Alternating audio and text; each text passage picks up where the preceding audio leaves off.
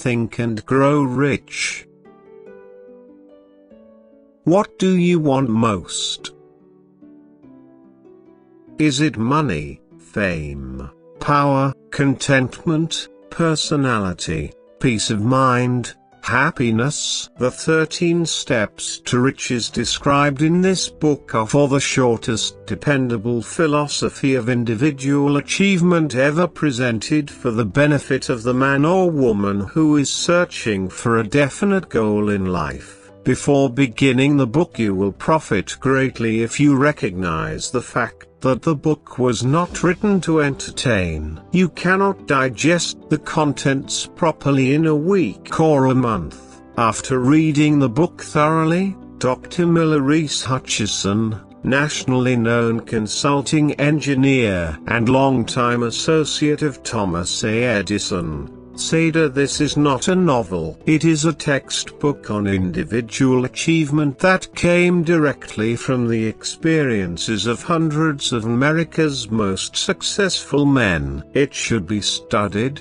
digested, and meditated upon. No more than one chapter should be read in a single night. The reader should underline the sentences which impress him most. Later, he should go back to these marked lines and read them again. A real student will not merely read this book, he will absorb its contents and make them his own. This book should be adopted by all high schools, and no boy or girl should be permitted to graduate without having satisfactorily passed an examination on it. This philosophy will not take the place of the subjects taught in schools, but it will enable one to organize and apply the knowledge acquired, and convert it into useful service and adequate compensation without waste of time." Dr. John R. Turner, Dean of the College of the City of New York, after having read the book, said, "The very best example of the soundness of this philosophy is your own son, Blair, whose dramatic story you have outlined in the chapter on desire."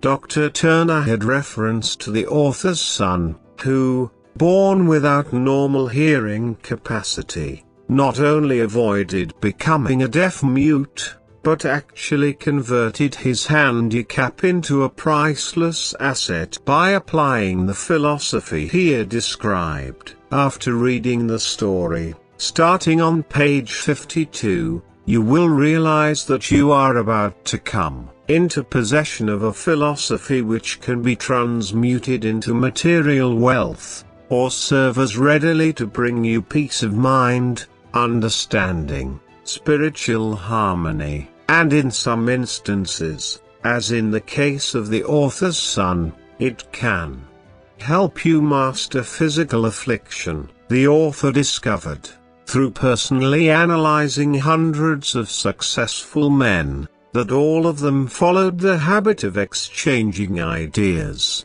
through what is commonly called conferences. When they had problems to be solved, they sat down together and talked freely until they discovered, from their joint contribution of ideas, a plan that would serve their purpose. You, who read this book, will get most out of it by putting into practice the mastermind principle described in the book. This you can do, as others are doing so successfully, by forming a study club, consisting of any desired number of people who are friendly and harmonious. The club should have a meeting at regular periods, as often as once each week. The procedure should consist of reading one chapter of the book at each meeting, after which the contents of the chapter should be freely discussed by all members. Each member should make notes,